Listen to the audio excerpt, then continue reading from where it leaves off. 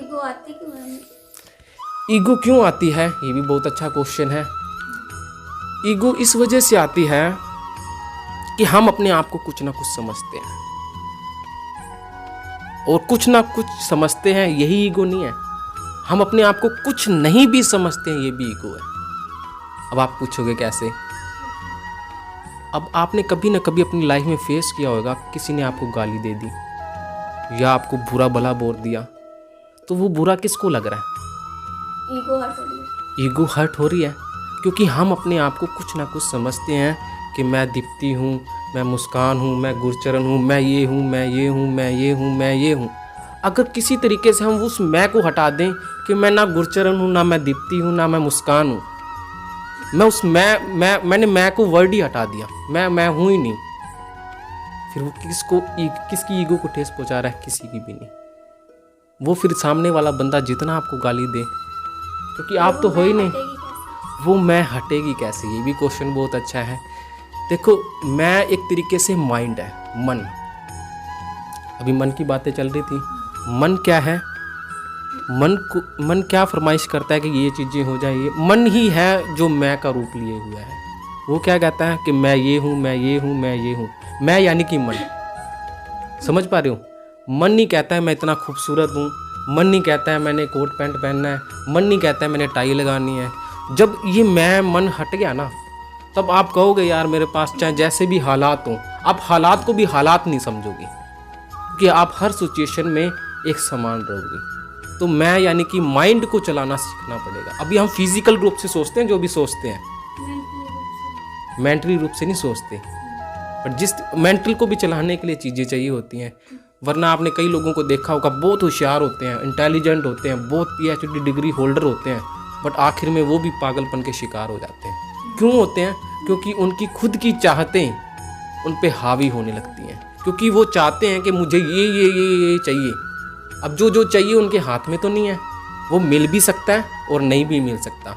For example, आपने कोई चाहत करी कि मुझे ये चीज़ चाहिए तो चाहिए, और नहीं मिलती तो क्या होगा? गुस्सा आएगा तो क्या होगा?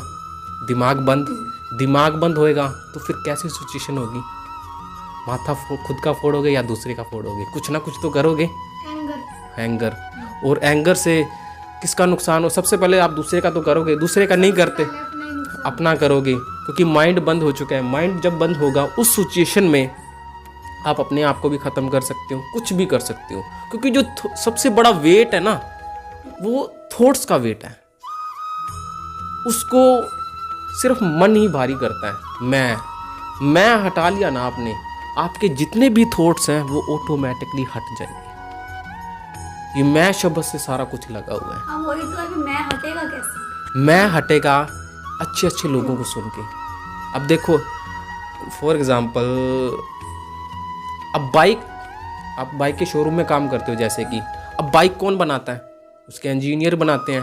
अब मेरे पास आओगे, बाइक बना दो, मैं बना पाऊंगा?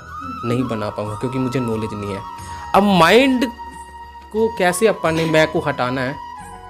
जिसको उसकी नॉलेज होगी उसी के पास जाएंगे। अब हमारे इस देश में 100 में से 90% टेंशन स्ट्रेस में उलझे हुए हैं। अब हम उन लोगों के पास जाते हैं कि मैं को कैसे हटाएं? वो कहेंगे हट जाएगी, कर तेरे से हो सकता है। वो उल्टी सीधी नॉलेज, आप और फंसते जाओगे। ये आपको मैं की नॉलेज देखो, ये पैसे से अलग आपने क्या कमाया ये मायने नहीं रखता। आपने अपने अंदर क्या कमाया है, यानी कि पैसे की बात नहीं चल रही। आपने शोहरत कमाई है, नाम फेम कमाया है, जो भी आपने कमाया है ना, वो मैं से यानी कि फिजिकल लेवल पे है। आपने अपने अंदर क्या कमाया? अपने अंदर कमाने का मतलब है कि आप स्ट्रेस से फ्री हुए, क्या आप टेंशन से फ्री हुए, क्या आप गुस्से से फ्री हुए, क्या आप मैं से फ्री हुए, क्या आप ईगो से फ्री हुए, क्या आप इन सारी चीज़ों से फ्री हुए जो आपको आपकी लाइफ को ख़राब कर रही है। यानी कि जो चीज़ हमें कमज़ोर कर रही है ना, इसका मतलब आप अपने आप को अंदर से कमा ही नहीं पाए। समझ पा रहे हो?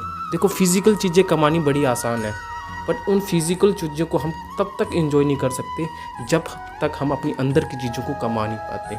फिजिकल चीज़ें ना भी हों, अगर हमने अपने अंदर की चीज़ों को कमा लिया ना, तो वो फिजिकल चीज़ें जो नहीं है उसको भी हम एंजॉय कर पाएंगे, पर दुनिया नहीं कर पाएगी, क्योंकि दुनिया को क्या, दुनिया ने अंदर की चीज़ कमाई नहीं है।